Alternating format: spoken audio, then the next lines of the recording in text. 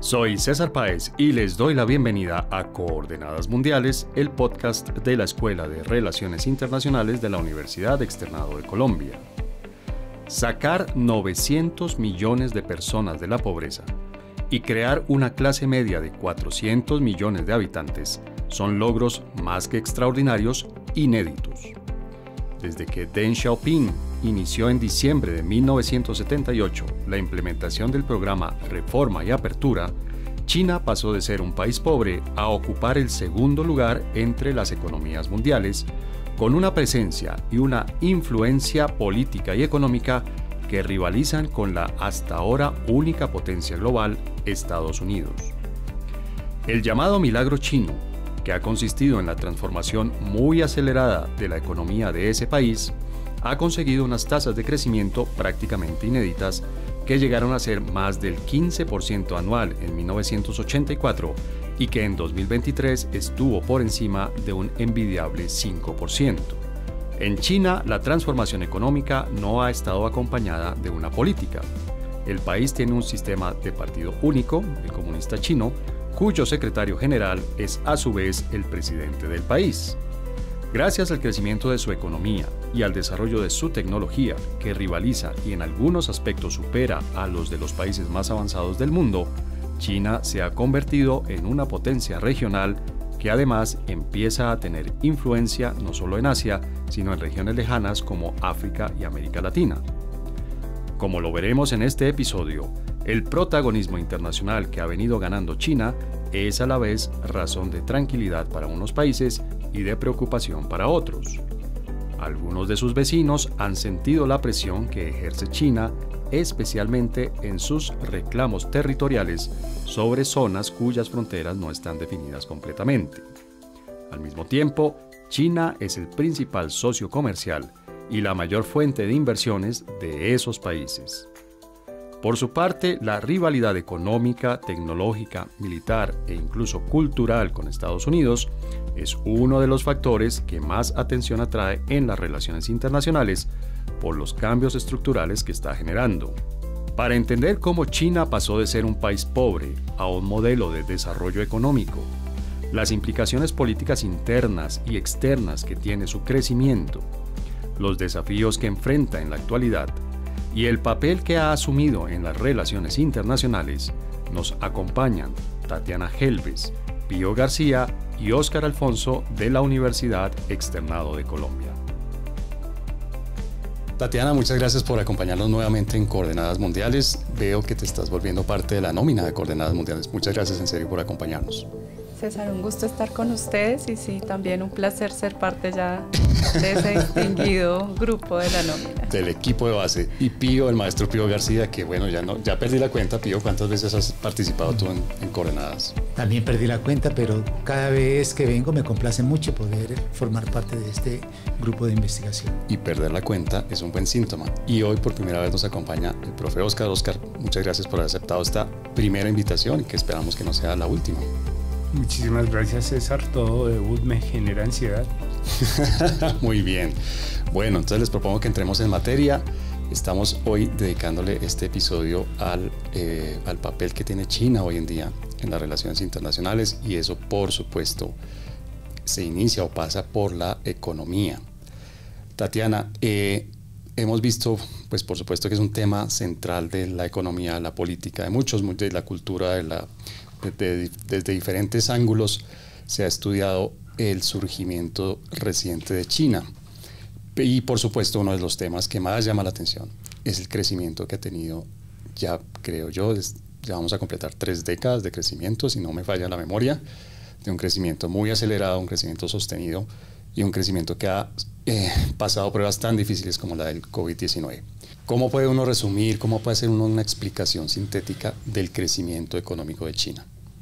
Bueno, César, lo primero que hay que decir es que es el resultado de un proceso histórico en el cual la República Popular China, desde Deng Xiaoping en 1978, hace un proceso que se llama apertura económica, que luego en su consolidación en los años 90 le da un enfoque hacia el resto del mundo con un modelo orientado a las exportaciones, pero que ya después de la segunda década del siglo XXI vemos un modelo consolidado hacia una orientación primero a productos de innovación, a unos sectores específicos que la economía china ha identificado como pilotos y pivotes de su crecimiento, y más recientemente hemos empezado a ver un crecimiento de China que empieza a priorizar el consumo interno y el establecimiento o la consolidación de una clase media y una clase alta que jalonarán seguramente el crecimiento económico de China por los próximos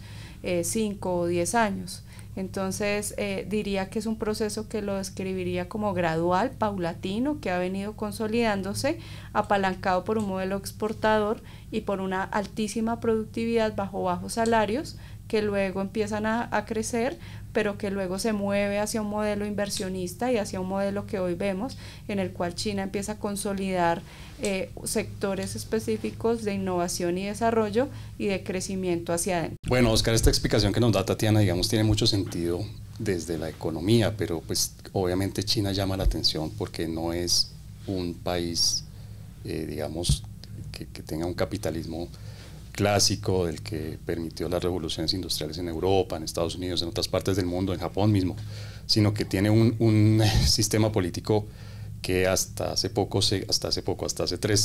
tres decenios, cuando comenzó este crecimiento que nos describía, que nos explicaba Tatiana, era un país con un sistema político incompatible con el capitalismo. ¿Es China capitalista? Uno puede decir que el crecimiento de China se ha dado gracias al desarrollo del capitalismo o al desarrollo de un tipo especial de capitalismo. Yo creo que es lo segundo, César.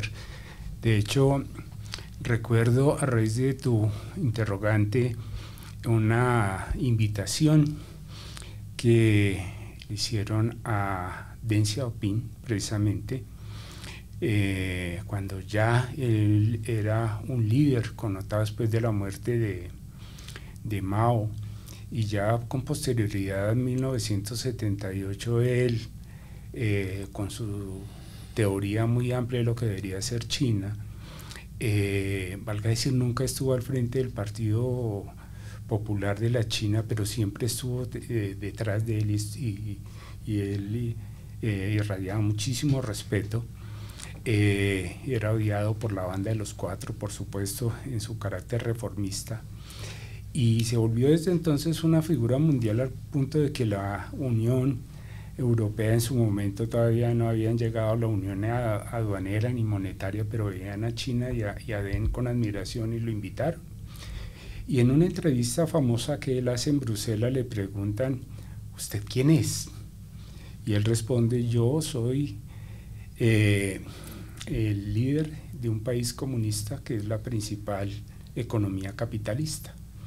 Entonces para él no había construcción. Yo creo que es una respuesta brillante que da cuenta de tu segunda pregunta, porque si uno ve, se habla muy mal de los detractores de China, hablan muy mal, por ejemplo, del régimen salarial chino, por nombrar alguna cosa. Salvo que si uno mira las estadísticas de la Organización Internacional de Trabajo, que anualmente da un balance de cómo se comportan los salarios a escala global, si no es por China, la economía mundial estaría más desalarizada de lo que es hoy en día. El crecimiento real de los salarios ha impedido que caigan más bajo en todo el planeta los indicadores globales sobre salarios, y eso habla mejor de China de lo que muchos acostumbran decir. Pío, y desde el punto de vista de China como un actor de las relaciones internacionales, su importancia, pues digamos, ha sido indiscutible desde el final de la Segunda Guerra Mundial, desde que terminó, por supuesto, la Guerra Civil China, pero hoy en día China es más importante en las relaciones internacionales de lo que era hace 30 años, se ha vuelto un actor aún más preponderante en las relaciones internacionales, o es simplemente una continuación de una política de largo aliento que ya tenía China como actor internacional. Bueno, estamos hablando de 30 años. Hace 30 años China ya era un país sobresaliente en los asuntos internacionales porque ya había sucedido la hecatombe soviética y eso propulsó necesariamente a China a un protagonismo que no buscó, pero que por las fuerzas de la dinámica internacional, el grupo dominante hegemónico de Estados Unidos y G7 empezó a apuntar hacia China como un adversario y a construir la idea de un adversario. No han cambiado mucho las cosas en los últimos años. Han cambiado, sí, en las últimas 6 décadas, porque hasta las reformas que señaló Tatiana, pues China había procurado ser un líder mundial, pero un líder tercermundista, defendiendo los intereses de los países en desarrollo y teniendo una posición de cautela frente al enfrentamiento de los bloques entre el grupo de Estados Unidos y el grupo de la Unión Soviética. Hoy día ese panorama es completamente distinto y China está jugando un rol protagónico como gran contrapeso al poder hegemónico que sigue siendo el mismo, Estados Unidos con el G7 más Israel, que buscan adecuar el mundo a sus intereses y por supuesto no son los intereses de China. China está jugando otro papel que es el papel de ser balanceador de esa presión hegemónica, pero al mismo tiempo el defensor de lo que son las reglas de juego que los países llamados occidentales instauraron en 1945, es decir, el sistema multilateral. China es defensor de un sistema multipolar, pero más allá de eso, defensor de las instituciones de acuerdo de consenso internacional que se llaman las Naciones Unidas, las agencias de las Naciones Unidas y los acuerdos económicos, sociales derivados de todo el desenlace de la Segunda Guerra Mundial en 1945.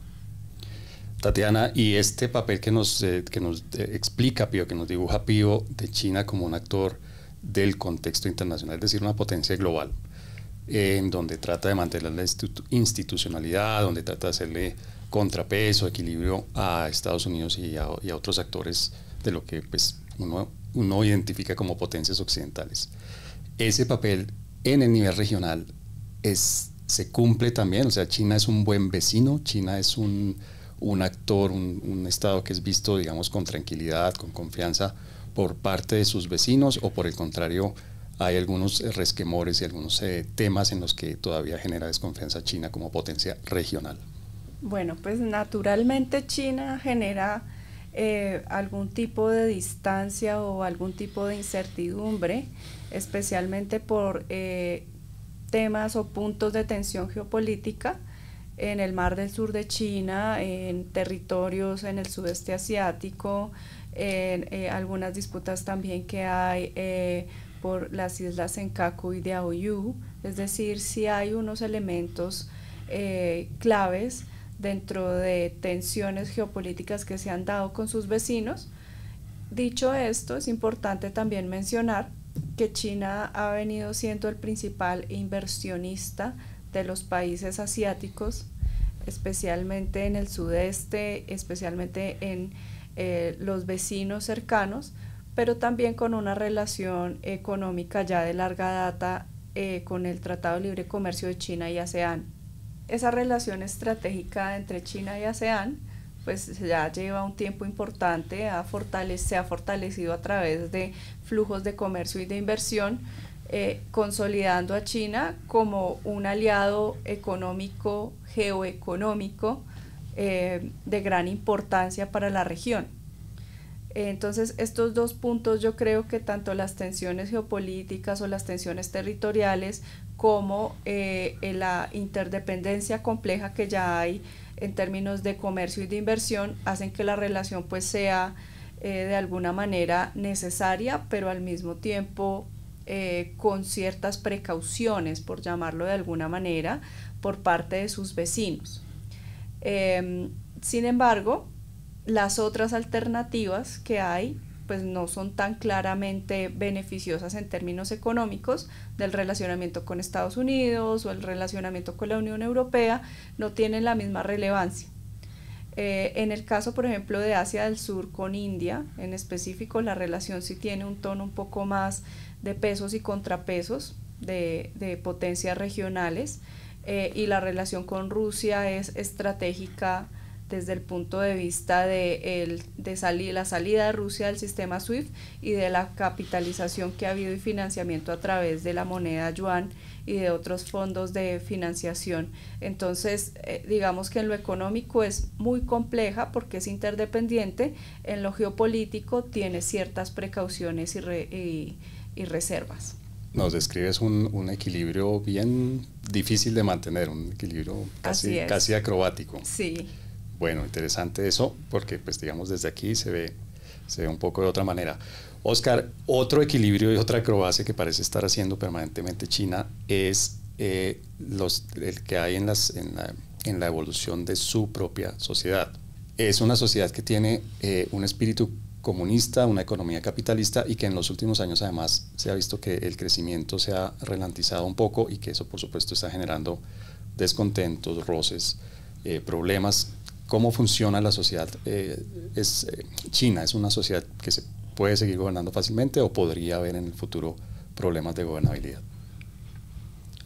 Es una sociedad que en su proceso de construcción, digamos, moderna, está a mitad de camino, es mi punto de vista.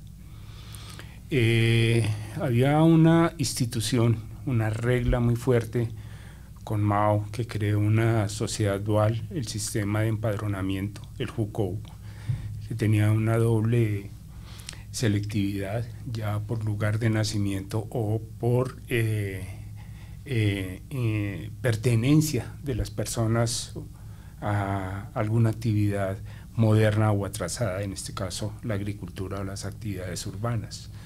Con Deng aparecieron las reformas y las flexibilizaciones al sistema hukou, empezando por el hukou urbano, después el hukou azul, yo creo que está en camino otra reforma, y ha llevado a esa flexibilización a que haya un relevo muy pero muy veloz en el proceso de urbanización de la China.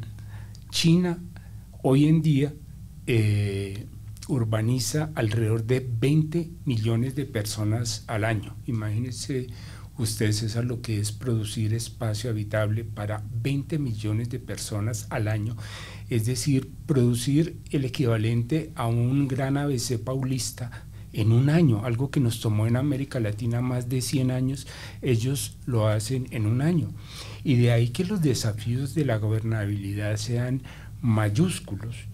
Y por eso te reafirmo, ello es una sociedad que está a mitad de camino, entre otras cosas, porque a pesar de esas transformaciones y ese volumen de personas que urbaniza, hoy en día apenas alcanza el 60% su tasa de urbanización. Los Estados Unidos están en el 85% de su tasa de urbanización, de manera que China tiene un margen de conformación de mercados urbanos muy grande, pero descomunal. Es una reserva de crecimiento económico que se está aprovechando día a día y que es brutal, y yo creo que tiene indicadores que van muy bien. El índice de primacía urbana mundial que tenía Estados Unidos hasta 1975 era el líder. Estados Unidos tenía el 10% de la población urbana mundial. Hoy en día, en el último dato que tenemos de 2020, el índice de primacía urbana mundial de China es el 20%, es decir, una quinta parte de la población urbana del mundo vive en ciudades. Y ahí que los gobiernos de ciudades y el papel de las grandes corporaciones, especialmente las tecnológicas, en un futuro de gobernanza es crucial. Solo para darte un indicador, la principal firma que presenta pedidos de patentes de invención en el mundo es Huawei. Y esa sola Huawei explica casi la mitad de las patentes de invención que solicita Estados Unidos en 2024. Luego, Huawei no puede apartarse de estos procesos porque son su masa crítica de mercado, y por supuesto va a interactuar muy fuertemente en soluciones de gobernanza para organizar cada vez mejor el trabajo y la actividad económica basada en tecnología. Bien, Oscar, muchas gracias, porque con esto redondeamos y concluimos este primer segmento que nos permite tener un contexto de lo que es China hoy en día, tanto económica como políticamente. Y vamos en el segundo segmento de interacciones a ver por un lado los desafíos y a ver qué tanto del modelo chino se puede aplicar en otras partes. Entonces ya regresamos en unos segundos al segundo segmento de Coordenadas Mundiales. ¿Quieres comprender mejor el mundo? La maestría en Asuntos Internacionales te brinda una formación única que integra la formación en Relaciones Internacionales, Economía, Política y Derecho. Conoce los desafíos más urgentes del mundo y trabaja por la búsqueda de soluciones alternativas. Desarrolla habilidades estratégicas para la gestión de conflictos, fortalece tus conocimientos alrededor de temas de la agenda internacional desde un enfoque regional. Impulsa tu carrera con un enfoque práctico e innovador. Sé parte de la nueva generación de profesionales que está cambiando el mundo. Más información en www.uexternado.edu.co. Bueno, en el primer segmento de este episodio estuvimos viendo con Tatiana, con Oscar, con Pío, por supuesto, qué es China hoy en día, cómo ha llegado a ser lo que es económicamente, socialmente y, por supuesto, su papel actual como actor de las relaciones internacionales. En este segundo segmento dedicado a las interacciones, entonces vamos a ver algunos de los desafíos que tiene China y también cómo maneja sus relaciones con otros países y si es posible que China sea un modelo que sea replicable. Para muchos el gran problema, la gran debilidad que tiene China es la demografía, el envejecimiento de su población. ¿Qué tan grave es ese problema realmente y qué tan fácil o difícil puede ser superarlo? Bueno, para poder explicar un poco el tema demográfico en China hay que remontarnos a la política del hijo único, que por mucho tiempo generó una, diría yo, ralentización o un freno al curso natural demográfico que tenía China. Esa política, si bien tenía en su momento el objetivo de poder generarle a la población china una estabilización en términos del número de personas para poder generar políticas sociales y coberturas que ayudaran a sacar a muchas personas de la pobreza, generar educación, servicios públicos, etcétera. Luego, pues se vuelve una preocupación y hacia el 2016-2018 es abolida la política del hijo único, donde se dan incentivos para que las familias tengan más de un hijo. Voy a explicar un poco en qué consistía, por si alguien no la conoce o no está familiarizado con el tema. La política consistía en que las familias tenían, digamos, el derecho, por llamarlo de alguna manera, a tener un hijo, y ese hijo pues iba a ser el que iba a aportar de alguna manera desde esa familia al crecimiento poblacional. El segundo hijo pues va a tener otras características en términos de cobertura, en educación, en servicios públicos, en todo lo que necesita una persona para su vida. Entonces, y además había una carga impositiva que le representaba a las familias. El tener un segundo hijo pues era considerado como una actividad o una decisión que implicaba un costo económico adicional. O sea, el gobierno chino hizo lo posible porque las parejas solamente tuvieran un hijo. Por un periodo de tiempo, por 20 años, 25 años. Luego esta política es abolida porque naturalmente empieza una caída demográfica y una necesidad de poder tener una dinámica poblacional distinta. Sin embargo, pues ya como muy bien lo mencionaba el profe Oscar, las dinámicas económicas y sociales habían cambiado en los territorios, ya no era la China rural de los años 80, ya es una China más urbanizada. En un entorno rural tiene sentido, en el entorno urbano ya hay otras dinámicas, hay otro modelo económico y productivo, y también a eso se le suma que las mujeres también han empezado a tener niveles de educación más altos, han tenido otro tipo de dinámicas y menos porcentaje de mujeres también dentro de la población total. Entonces menos mujeres para formar parejas y naturalmente para formar familias y generar ese relevo generacional de nuevos nacimientos. Entonces todo esto se suma para generar una nueva situación demográfica para China, donde ya se incentiva, todo lo contrario, que haya un segundo hijo, que las familias tengan más hijos, pero ya desde el punto de vista de la decisión personal empieza a generar un conflicto esta nueva situación. Además, yo tengo entendido que por cuestiones culturales la política de un solo hijo terminó siendo literalmente un hijo, es decir, las personas, las familias preferían que fuera un hijo varón, ¿verdad? Sí, también hay un tema cultural frente a el hijo varón, que tiene también otra conversación que seguramente podríamos tener frente a ese hijo como una posibilidad de que sus padres tengan quien cuide de ellos en su vejez, por la cultura confuciana de que sus hijos cuidan de sus padres, pero las esposas de sus hijos también entran en el cuidado del adulto mayor. Entonces hay unos elementos culturales ahí de bastante complejidad frente al tema. Bien, gracias, Tatiana.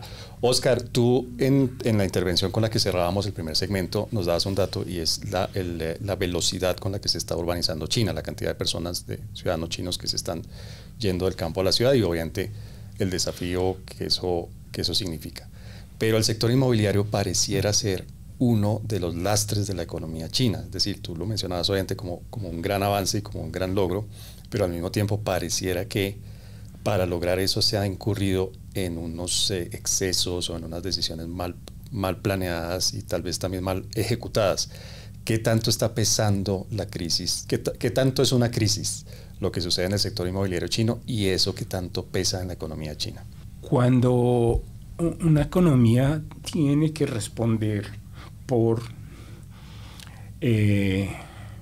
las soluciones habitacionales para 20 millones de personas nuevas cada año, pues es evidente que la gestión inmobiliaria se torna un desafío inédito en cualquier sociedad. Yo no conozco en la historia de la humanidad a alguien que haya enfrentado ese desafío. Entonces, producir suelo habitable, vamos a ponernos ahí, hay problemas. La opción de las megalópolis, de la organización de las megalópolis, fue una excelente decisión, y ella se amparó en la adopción de los 3 métodos de transporte para, basados en ellos, producir suelo habitable. Primero, tren de cercanías, el modelo del vecino de la India. Entonces le produce mayores densidades en el entorno inmediato a una metrópoli como Pekín, por ejemplo. El siguiente, pues, es un sistema de transporte a la norteamericana, digámoslo, con las freeways, las grandes autopistas, y el vehículo privado, hoy en día casi que hegemónicamente el vehículo eléctrico. China tiene hoy en día alrededor de 4 millones de vehículos eléctricos. ¿Por qué? Porque primero construyó la infraestructura para ello y la hizo en las megalópolis. Y el más importante, el Shinkansen japonés, el tren bala, pero con un arreglo diferente, porque necesita movilizar más gente, entonces permite movilizar en 9 horas, ir de extremo a extremo de la China, ¿no? Entonces es una cosa, y puede distribuir mejor la población. Entonces la opción fue las 3 combinaciones y un énfasis en el proceso de megalópolis. ¿Qué problema ha tenido China reciente con la producción de suelo habitable? Que se han cometido errores, por supuesto. Uno de ellos, tal vez muy novedoso, tiene que ver con la exposición al riesgo de hundimiento, algo que estamos estudiando aquí con Tatiana, porque mucho del suelo habitable se ha producido sobre napas, aguas subterráneas, que se traduce en un desbalance, y hay una cantidad creciente de población china expuesta al riesgo de hundimiento, por ejemplo. Eso es un error, y la presión que se siente es muy fuerte.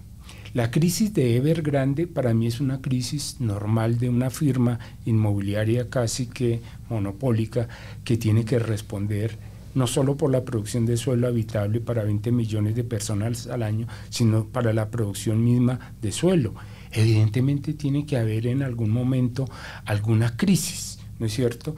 En Europa, en Estados Unidos dice que se ha producido suelo donde no se puede producir, suelo lejano a los centros urbanos, pero es el mismo modelo de la ciudad del nordeste norteamericano, y es que son 20 millones de personas al año, recalco, eso no es nada fácil.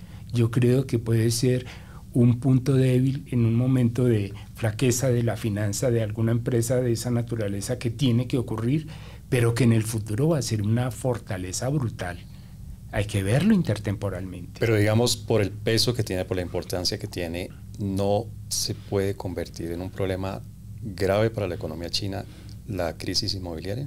Sin duda, y hoy en día todo el mundo, digamos, China no es la excepción y puede desatar una crisis tanto como la del 2008 con el de las hipotecas en los Estados Unidos mal manejada.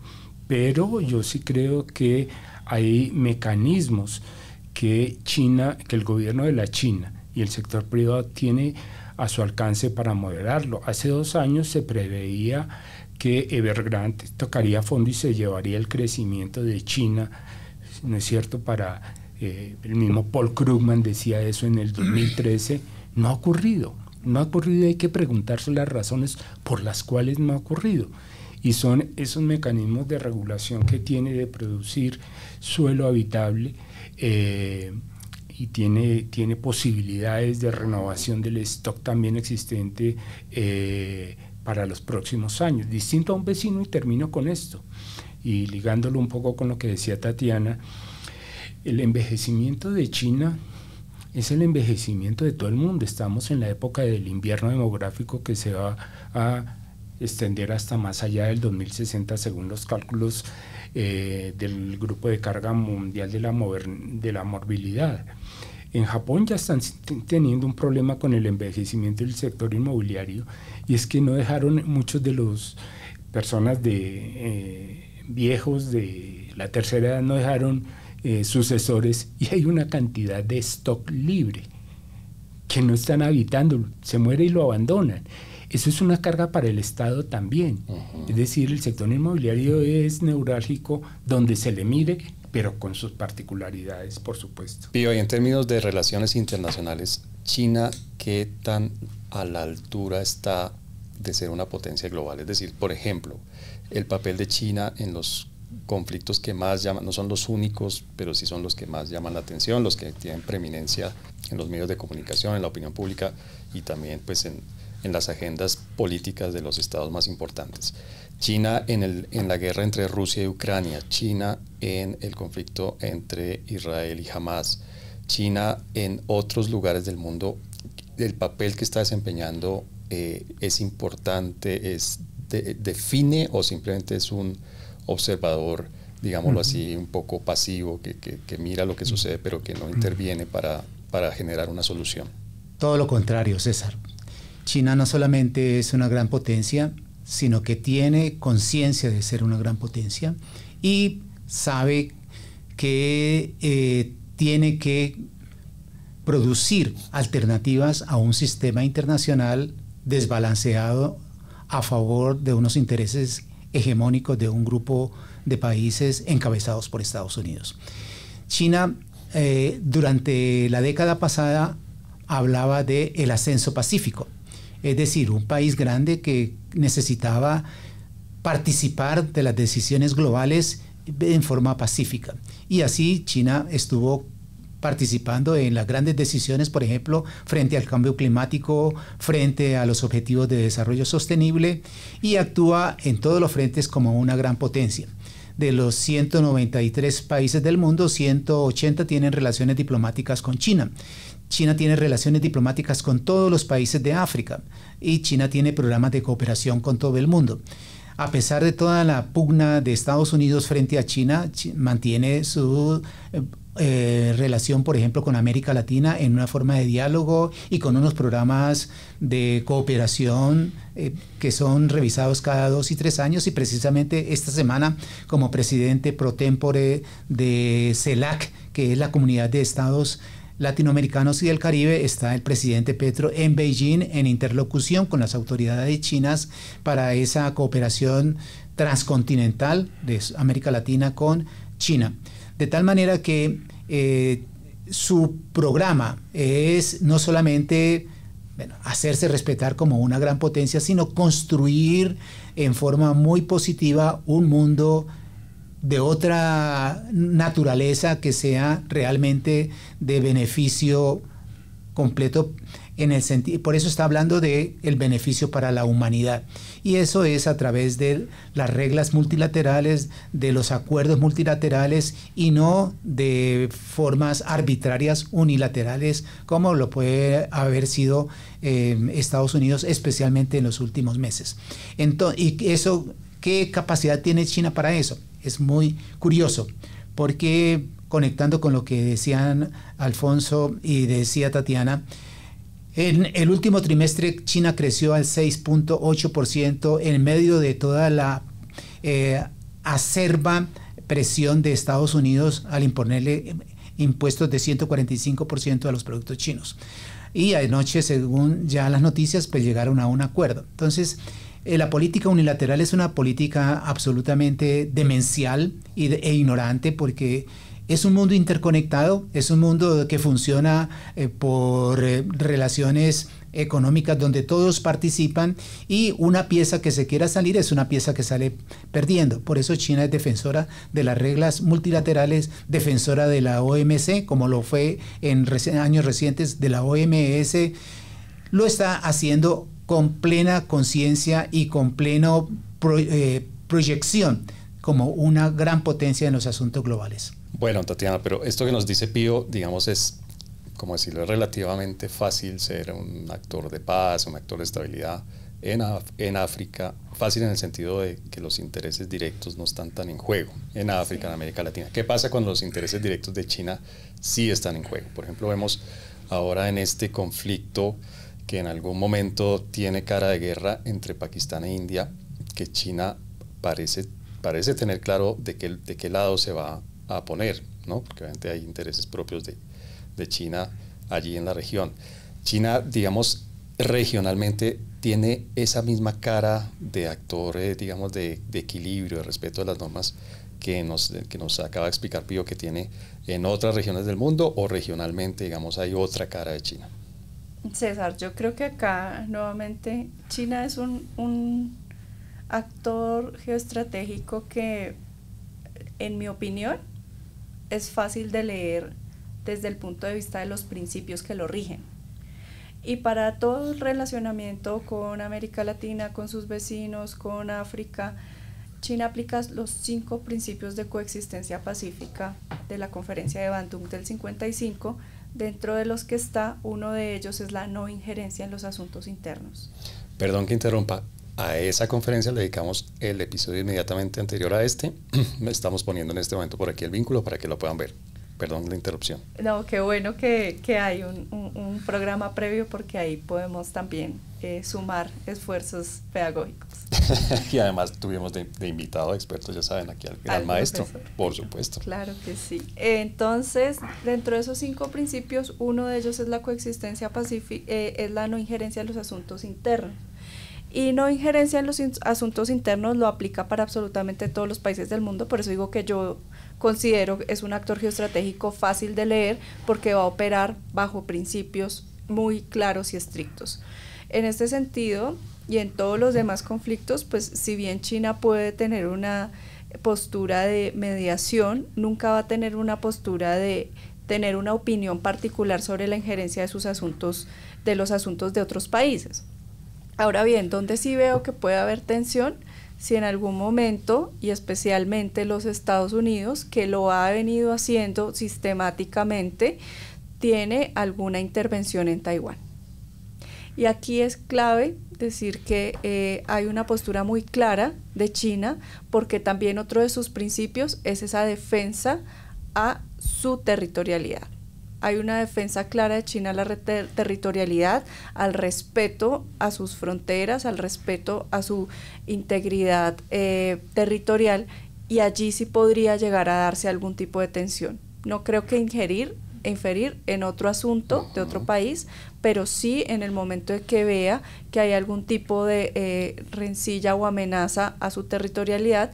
Creo que la postura que ha mostrado China es que va a tener una respuesta, y va a tener una respuesta asertiva, directa y contundente. Bien, muchas gracias, Tatiana. Y ya para terminar este segmento de este episodio dedicado a China, Oscar, ¿cuál dirías tú que es la parte, el elemento, la idea que hay, la estrategia que hay en el modelo económico de China que se pueda replicar en otras regiones del mundo? Digamos, ¿cuál sería para ti lo que más, no fácilmente, por supuesto, porque estamos hablando de un desafío enorme, pero sí que con los pies muy puestos sobre la tierra uno podría decir, vale la pena que en otros lugares del mundo se replique esta parte del modelo chino? Mi investigación trata sobre 5 campos, para dar respuesta a tu pregunta, en los que intento agrupar ítems con unidades de medida que den cuenta un poco más, de manera más satisfactoria, respuestas a interrogantes como el que acabas de plantear. El primer campo es el de ciencia y tecnología, que paradójicamente las noticias más negativas vienen de los Estados Unidos de Trump hoy en día, con su afán de querer que las universidades como Harvard tengan un esquema más de consultores, de gobierno y menos de investigación, con la que tradicionalmente ha desarrollado con sus fondos. En fin, para poner solo un ejemplo de lo que significa el avance de la China en ciencia y tecnología, hace 4 semanas salió la actualización del ranking más reputado sobre revistas del mundo, que es SCImago. Allí, en el ranking por países, China vuelve a ocupar el primer lugar que ha ocupado en las últimas décadas, con 1.190.000 artículos citables. El segundo precisamente son los Estados Unidos, con 636.000 artículos citables. Mire usted la diferencia, que es brutal. Sí, Estados Unidos produce el 60% de lo que produce China en desarrollo de ideas, en ciencia, en investigación constatable. Pero cuando uno ingresa a ese ranking y lo ve por áreas del conocimiento, yo la verdad me cansé de explorar, porque ya iba como en 100 de las 200 y tantas, y en todos está China de primero. Desde la agricultura, la bioquímica, la electrónica, en todos están los journals de la China liderando. Y eso da cuenta de un acervo de conocimiento muy poderoso para el crecimiento y una formación de científicos a largo plazo. Un segundo indicador en ciencia y tecnología que a mí me encanta construir a partir de las estadísticas de la Organización Mundial de Propiedad Intelectual es el de las solicitudes internas como proporción de las solicitudes de la solicitud total de patentes. Los nacionales chinos radican el 92% de las solicitudes de patentes de la China, mientras que en los Estados Unidos son solo el 53%. Y Estados Unidos, con la nueva política de Trump, está expulsando a sus científicos, que son los que inventan, los que producen. Es el motor del crecimiento del capitalismo, las innovaciones. Esto tiene que ver con tu primera pregunta también. Mire que las diferencias en ciencia y tecnología son brutales y deberíamos aprender hoy en día más de la China que de Estados Unidos. Tiene representaciones prácticas, claro, como por ejemplo la conquista del espacio. Sí, la conquista del espacio la NASA está siendo atacada por las políticas del actual presidente en los Estados Unidos, mientras que China comunica que ha logrado un láser que es el de mayor alcance, con los enlaces satelitales y todo, el más grande que tiene la humanidad a su disposición hoy en día. Eso es una noticia que ha pasado un poco opacada, pero tiene un alcance descomunal. O sea, la conquista del espacio no solamente es el número de satélites que, como en el caso de Rusia ya vimos, pueden caerse en cualquier momento, sino de la persistencia y la durabilidad y el alcance a un escenario que es por sí mismo casi que desconocido. Trámite de los conflictos. La diplomacia de Deng Xiaoping sigue siendo crucial, ¿no, Tatiana? El vivir de bajo perfil. Sobre el mercado de salarios, de nuevo, para poner solo un ejemplo, Colombia tiene el 35% de su PIB son salarios, en China es 56%, para poner solo un ejemplo. En materia de urbanización y de previsiones de crecimiento, pues ya lo he mencionado, y estos indicadores que, como ves, ya son un poco distintos de los que convencionalmente manejamos, dan cuenta de una China pujante con programas de largo plazo y de una sociedad que cree en lo que está haciendo firmemente. Bien, Oscar, muchas gracias por tu explicación. Vamos ahora en el tercer segmento, como ya es costumbre aquí en Coordenadas Mundiales, a hacer un acercamiento regional para ver las relaciones entre China y América Latina y el Caribe. Ya regresamos en unos segunditos.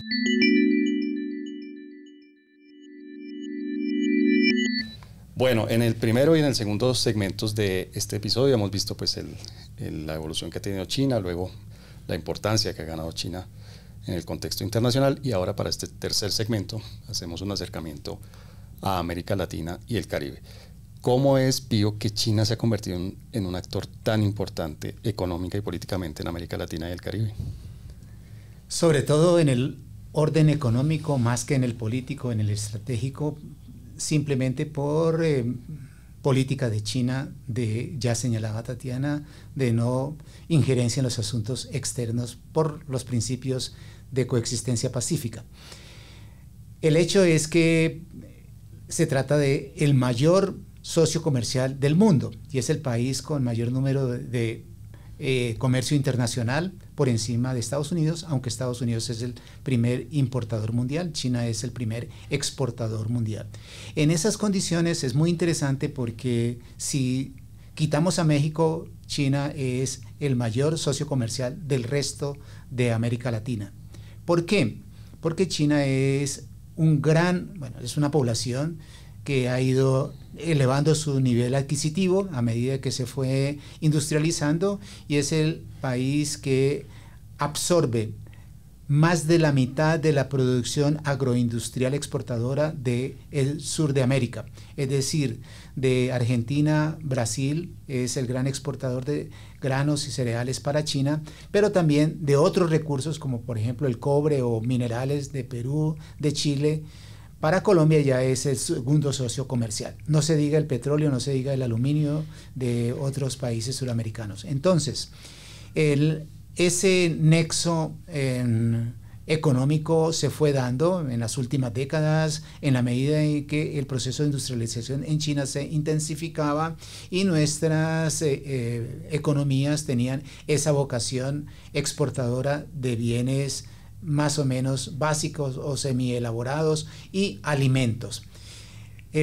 Eso ha llevado a que haya algún desarrollo más institucionalizado a través de la comunidad de estados latinoamericanos y del Caribe, como señalé en un punto anterior, y se ha fomentado un diálogo de lado y lado. Por otra parte, hay otra dimensión que es mucho más económica con su respaldo político, y es la presencia del programa chino de la nueva ruta de la seda, o el llamado BRI, del cual ya hay 23 países de América Latina, 22 ahora con la salida de Panamá, que han suscrito ese acuerdo. Colombia todavía no lo ha suscrito. Se supone que esta semana el presidente firme ya un memorando de entendimiento para empezar la negociación, no para firmar el ingreso de Colombia a Chile.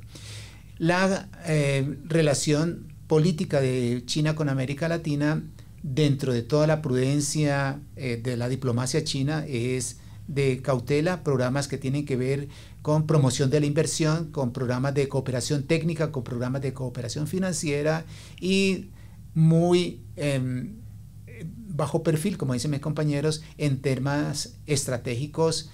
China no tiene intención de presencia de tropas, no tiene intención de asesoría militar, no tiene intención de venta de equipos militares a América Latina, por lo menos durante un tiempo prudencial.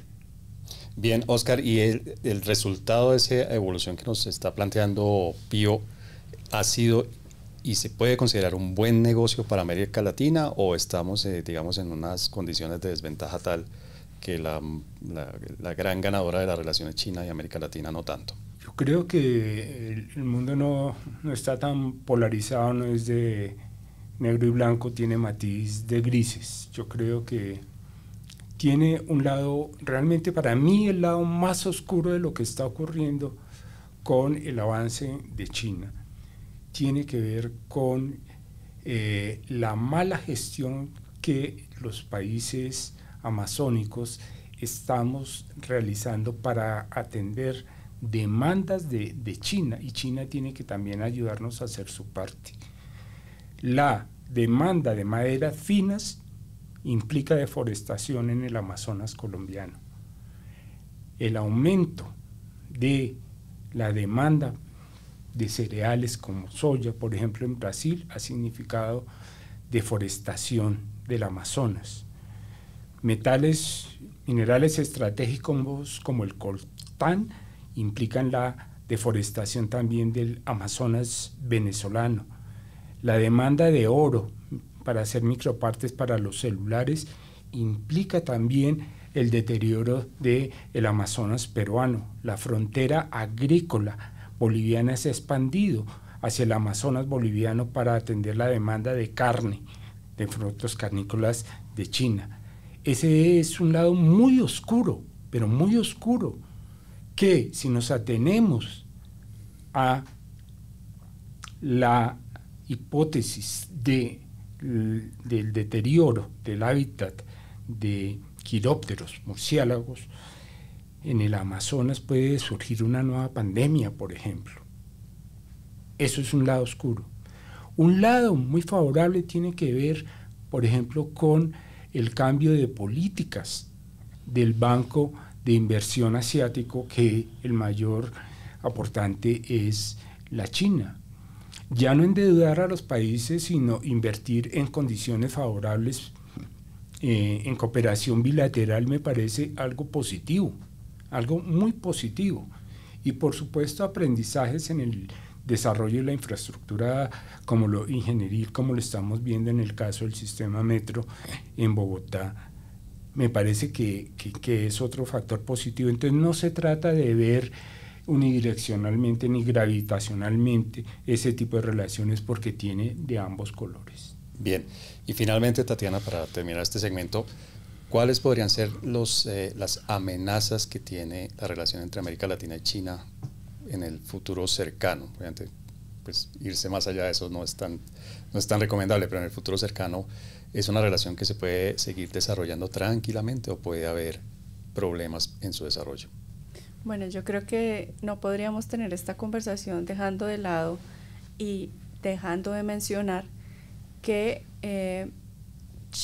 especialmente los países de América Latina en su relacionamiento con China lo han hecho en un contexto de altísima presión por parte de los Estados Unidos, y que los Estados Unidos ha jugado un papel casi de generarle alejamiento a América Latina en potenciales intereses que puede tener con la República Popular China en ese relacionamiento.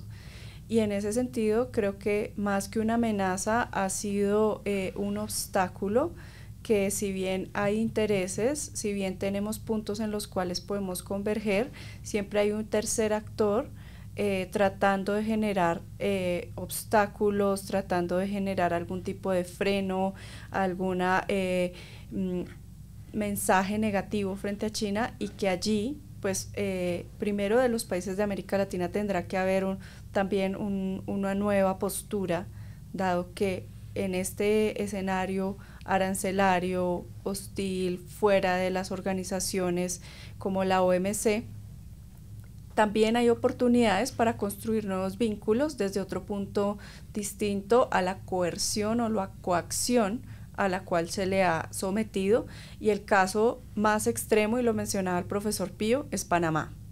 El caso panameño, yo creo que como economistas, internacionalistas, científicos de las ciencias sociales, nos tiene que alzar una voz frente a cómo los Estados Unidos generó una excesiva presión para que Panamá fuera aliado de sus intereses y no de los mejores intereses que Panamá, como un Estado soberano, consideraba que eran los mejores en su relacionamiento internacional.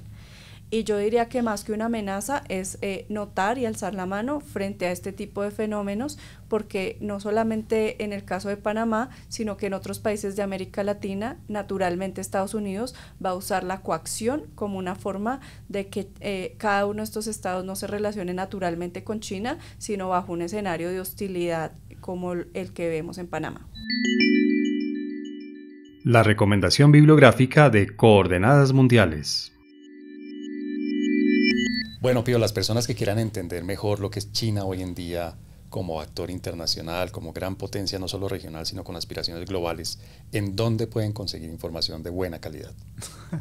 Bueno, pido excusas porque tengo que referirme a mí mismo, pero el año pasado tuve la oportunidad de publicar el libro El siglo asiático, donde China tiene un protagonismo que es necesario porque es el país rector de los asuntos asiáticos. Está publicado por la editorial de la Universidad de Externado y está para disposición de todos.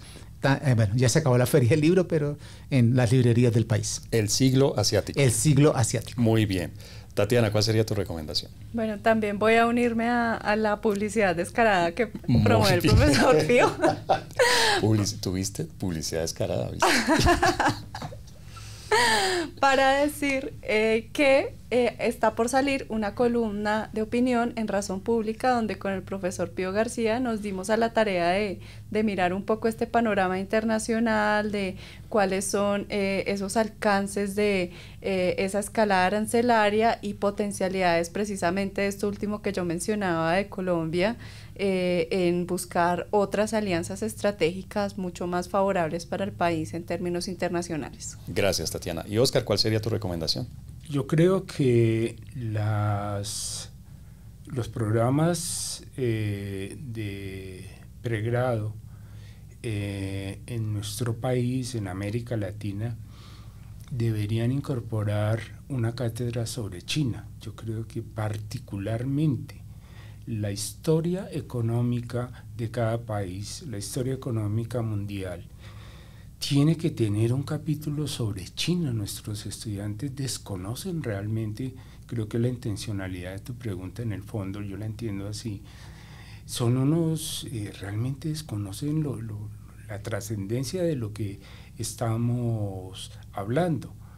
Es por esa razón que yo escribí Generación Lee, el artículo que está disponible en la revista Economía Institucional, que toca aspectos centrales de por qué, a la luz de la pandemia, que es un evento catastrófico global con China como protagonista, ha recibido tan poco interés de los académicos sociales, y yo recupero ahí parte de la historia a partir de un ensayo especulativo. De nuevo, yo creo que debemos incidir en la formación intelectual de nuestros estudiantes con reformas que incorporen explícitamente los libros de Pío, los artículos de Tatiana y por supuesto de quien les hable. Generación Lee. Muy bien, está muy bien. Muy válida, el autobombo es muy válido aquí en Coordenadas Mundiales. Generación Lee, L-I o L-E-E. Lee se debe a Lee Ben-Lang, que fue el oftalmólogo que denunció el COVID. ¿Y se escribe con I latina o con doble? L-I latina. Con I latina. Listo, en la revista Economía Institucional de la Universidad Externado de Colombia. Bueno, muchas gracias por sus autorrecomendaciones.